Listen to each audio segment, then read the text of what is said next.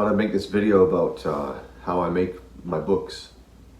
I got this new book. It's basically the A to Z of how to draw dragons, all the different secrets, all the stuff I've picked up over the years. But I tried to cram all the most important details that I could think of into this one particular book.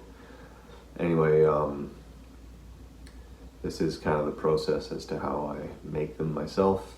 I make them all in-house. I bind them myself and I ship them all out. So I hope you enjoy.